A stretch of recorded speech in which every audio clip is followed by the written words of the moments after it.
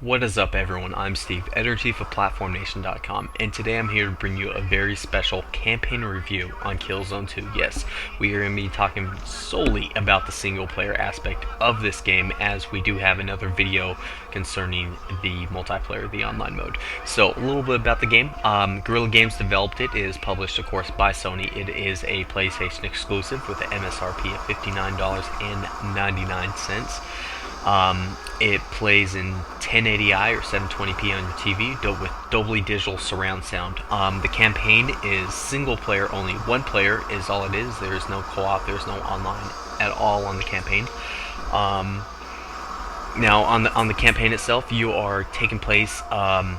You are Sev, this guy named Sev, and part of the ISA, the Interplanetary Strategic Alliance kind of colony army type of thing, and you are fighting the Helghast, these evil red-eyed dudes that are bad, essentially. So you're going to their homeland, fighting them in this kind of epic battle type of thing. It's pretty good, I gotta say. The whole plot itself, I'm not gonna spoil it for any of you guys, but the whole plot itself on this is pretty good. So I'm just gonna go ahead and get into what I liked and what I didn't like about the game itself, because like I said, I do not want to spoil anything for you guys. One things I liked about this game were the battles. The battles in this game were totally amazing. You get in these extremely, large, extremely intensive firefights with the Helghast, and that was one of the most enjoyable things to me. When all of a sudden it's you and your squad, your four-person squad against like 50, 60 Helghasts all on the screen at the same time, it makes it enjoyable, and it just sucks you into the game, because you're like, oh my god, how am I going to get out of this? And you have to think, you have to use strategy and everything else, but just it's so fast paced. You will love it. You really will. The graphics in this game, another thing, is top notch. One of the best graphics on a console you will find on Killzone 2. They really did a number on this, and for the most part, right now at least, it doesn't get any better than this. Another good thing about this game is the total variety of weapons that you play in the campaign mode. You start off with just a rifle and a revolver, and later on you can go things with like a bolt cannon or bolt gun, or this like electric gun, or missile launcher, grenade launcher. All these really cool. Even a friggin' knife, and knifing people, totally amazing. And you get normal things like shotguns, flamethrowers, sniper rifles, all that type of stuff as well. So the weapon variety in here is pretty good. All sorts of different weapons, even though for the most part you're going to be using your rifle more than anything else.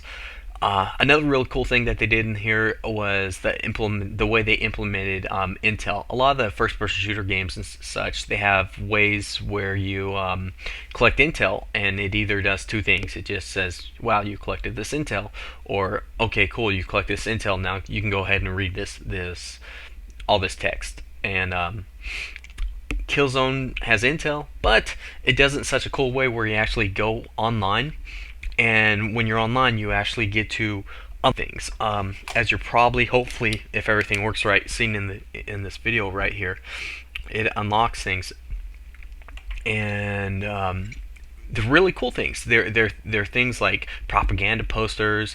They're things like weapon manuals. Is really actually awesome stuff, and for the first time I actually want to go through a game and find all the intel, because the stuff it unlocks is so friggin' awesome. Another cool thing here is the vehicles in this game. You have control at times of a tank. You have control of this not really a mech suit, but it kind of is. It's almost like a mech suit, but not like a full mech type of thing. You have control of an AA gun. You have control of all these special kind of vehicles and everything else that you don't see in other first-person shooter games. And that, I think, was another cool thing that was really awesome. And another awesome thing about Killzone is it brought back boss fights. We have boss fights in a first-person shooter. That's something we don't see very often at all. It's boss fights, and that's one of the things that I really enjoy, because you get those epic moments. for the most part in first-person shooters, it's just kill, kill, kill, and you're grinding and everything else. When you got boss fights, you get those really epic battles, like on Metal Gear Solid 4, and Killzone brings you boss fights, so you really have that to look forward to. And one of the last things that I really loved, and I talked about a little bit with the Intel, is the online functions that it provides over at Killzone.com. You have full stat tracking, like every single stat imaginable is tracked over there at Killzone.com. So you can go back after you're done, after you beat the game, or midway through the game, and check all your stats, which include like total amount of helmets you blew off, or headshots that you achieved, or times you revived someone, or how many kills you have for this gun, or how many kills you have for this gun. Total stat tracking, totally amazing. They did a great job there. They've really put a lot of time over on Killzone.com, and you buy the game, you owe it to yourself, and you owe it to them to go ahead and check that out. Now, all that being said, there are some things I really dislike about this game. The first being, and I'm not the only one that thinks this, are the controls. The controls need some work. They really do. There should have been some type of mode where you have just full customization ability over your controls, but there is not. And because of that, at times the game suffers. It really does. I recommend, if you go to use it, just use the standard controls and kind of learn on from there, because it's not going to get much better. It took me a while, but I kind of get used to controls. Still, at times, I want controls more like Call of Duty 4. Call of Duty 4, I felt, had the best controls of over any FPS out there on the console. The other thing is a very short campaign. The campaign took me 5 hours and 8 minutes to beat, from start to finish. 5 hours, 8 minutes. Again, that's a stat you can check over at Killzone.com. 5 hours, 8 minutes. Extremely short campaign. Way too short. Something needs to be done about that. And another thing, I talked about how great the graphics were, but at the same time, the game is too dark at times. You're always fighting at night, you're always fighting inside these warehouses or these buildings and everything else, and it doesn't give you time, or it doesn't give you the ability to really appreciate the graphics in the game, because you don't get to see this really dynamic lighting and everything else, because it's always dark, and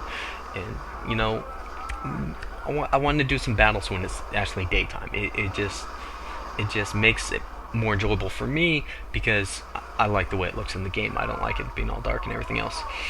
And the other, not the biggest part, the biggest dislike about this game was the controls. The second biggest thing was the lack of co-op. On this game here, you are almost always with a squad of 4, and when you're not with a squad of 4, you're with a squad of 2. There's no reason at all that you can't go through here with a teammate, going through the campaign and everything else, going through with a buddy. It should have been there. It needed to be there, and it is not here. So that was something very lacking, actually, I feel, over on Killzone 2. But overall, I would say Killzone 2, great game. Go ahead and pick this up. Again, this is only the single player I'm talking about here, only the campaign mode. We will have another video on PlatformNation.com concerning just the multiplayer mode, because there's so much to talk about over on that aspect as well. So yeah, I hope you guys enjoy this. Do me a favor, leave us some comments, leave us a 5-star reviews. If you're watching on YouTube, tell your friends, tell everyone, and little things like that really help us out. So thanks a lot for watching. Tell your friends, and if you got $60, go ahead and pick up this game. It really is worth it. So thanks a lot.